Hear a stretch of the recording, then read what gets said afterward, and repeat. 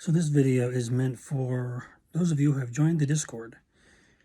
You're either here because you have pre-ordered Cantai or are interested in pre-ordering.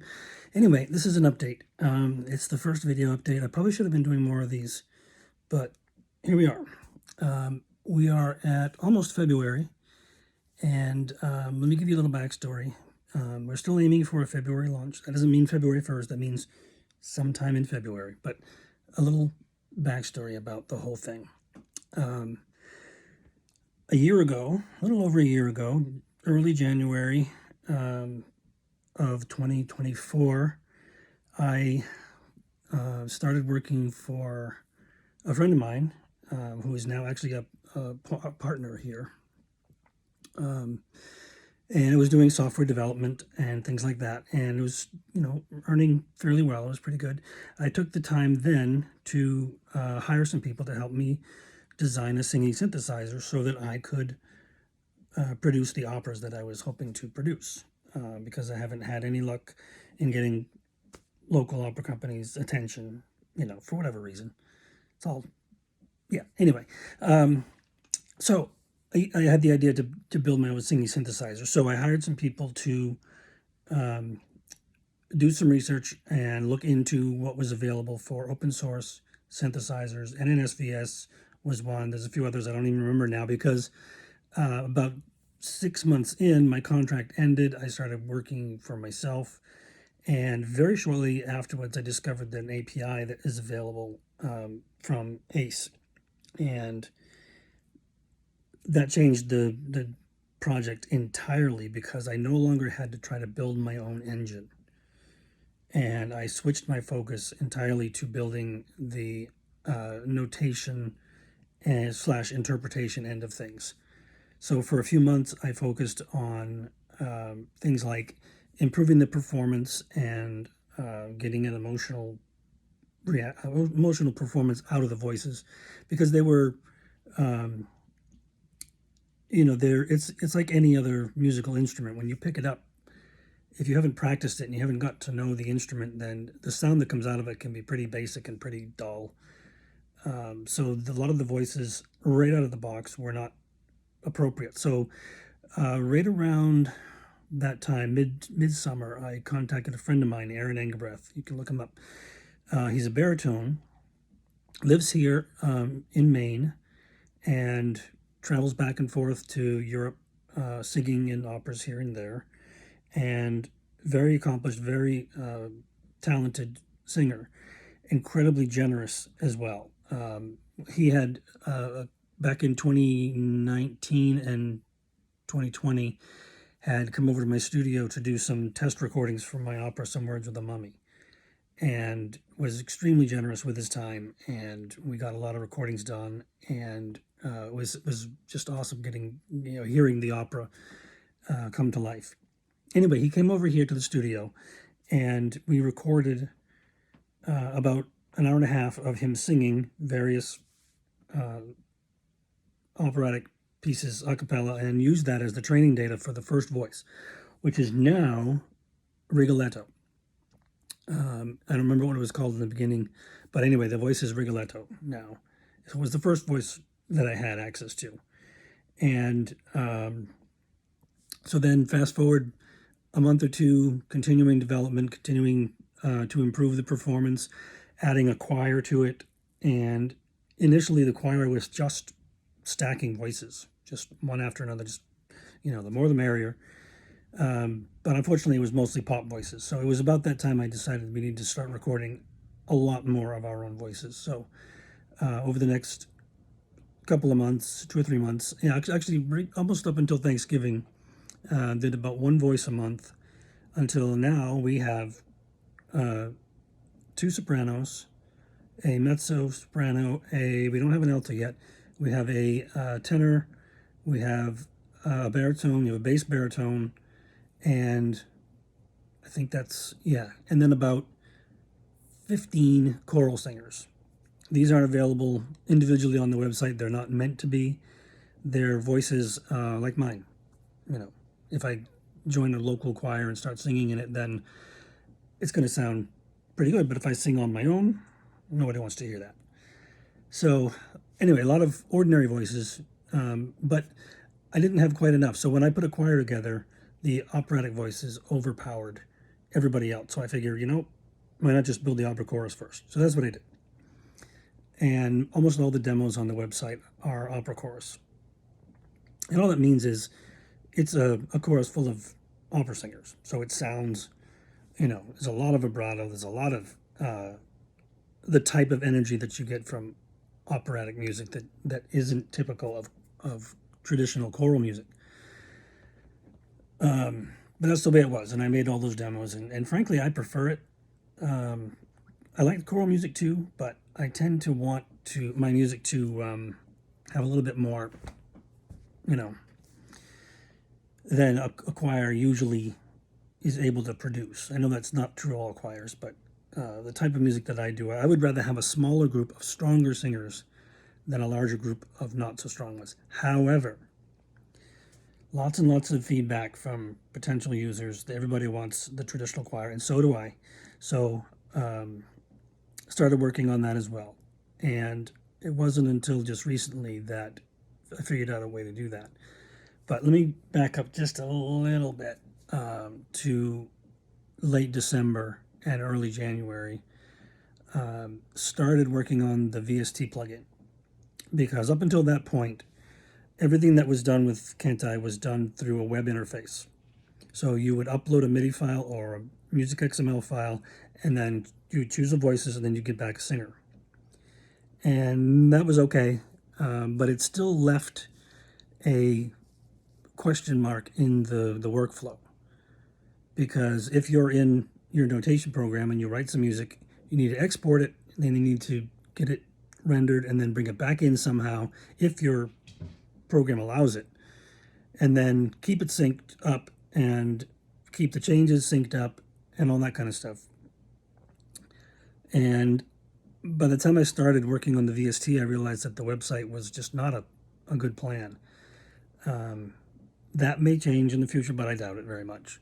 So started working exclusively on the VST, because the way that I wanted it to work was just exactly like the way Note Performer works, where there's no user interface and everything that is needed to perform comes right from your score. So all the notation, the expression, dynamics, all that stuff is already there. So I didn't want to be tweaking envelopes and phonemes and shifting consonants around by a millisecond and all that stuff. It's fine if you like doing that sort of thing, and I did for a while. I've been using synthesizers, singing synthesizers, for many years, at least 5, with the modern batch that it's out. But I've been using singing synthesizers since, well, I first got into vocoders in the late 80s, and by the mid 90s and late 90s, I was using a Boss vocoder, which is awesome, but still insufficient and totally inappropriate for opera. So I eventually decided, that I needed to redo the whole thing under with my own design. So long story short, I wanted to be able to have a singing synthesizer that behaved in such a way where I could just concentrate on writing. And when I press play, the singing is there. I don't have to export, import, mix, master, none of that stuff during the writing process. And that's what the design is aiming at. Now, this only works, or is only going to work, in certain notation programs, because you have to have a hook into the program, either an API or some other means of getting and sending data into the program that isn't notes or isn't MIDI data. So, for instance, in Sibelius, what happens is when you load the plugin, it asks you for permission to connect to Sibelius, and as soon as you've done that, it now has access to the file without you doing any interaction at all, without you doing anything. So it'll read the file as you're writing and render the sections of the file in little chunks. So it'll send off, like 10 to 20 seconds at a time, depending on how your score is arranged. And then it will play back the audio files that get rendered by the API, which is the API that I set up at Cantai.app. And that's pretty much it. There's no other workflow. Things like choosing voices, like if you want to select a certain voice for a staff, then you either name that staff with that voice's name, like Rigoletto, or just put it in small text above the staff. And then the system will say, oh, this, I recognize that voice. Let's render it with that voice. And it's that simple. That's actually part of the jingle. Cantai sings what you write. It's that simple. And okay, so now let's back to the present. No, back up a little bit to about a week and a half ago. I put together a video, the first real professional video that I've had, and I waited way too long to do this, but it's just so much to do. So many working parts, so many moving parts, so many working moving parts. It's just an unbelievably complex system. But about a week and a half ago, I finally made this video, and it kind of exploded, and it got into the right hands, and it got shared. It hasn't exactly gone viral. I would say that it's gone viral, but it was shared enough so that there were enough pre-orders, and they're continuing to come in. Not quite as much as in the beginning, but there's still enough pre-orders to allow me to hire a few extra people on the VST team and on the server side to take this thing finally from where it's almost done to being finished. And so right now I have myself, I have another server admin I mentioned earlier, and then I have 1, 2, 3 people working on the VST in Venezuela, and I'm in Maine and my other partner's in Maine, and then 1 or 2 people across the ocean working on things like a LLM to handle the phoneme parsing and all that. And so that's where we are right now. I am working many hours every day over in my studio there to bring this together as soon as possible, because the audience and the user base for this is growing extremely rapidly. I think right now the pre-orders, there are about 150 pre-orders now, maybe 160, something like that. And then about 200 or 300 people who are signed up on the mailing list who are ready to, or are waiting to see the final product. So the idea is once, the next step is going to be, when I have a solid build that I'm confident with, I'm going to make another video, just with a video of myself composing in the, using the plugin, so you can see exactly how it works. And I'm hoping this will be very soon. I don't know when. Software development is an extremely complex and unpredictable process.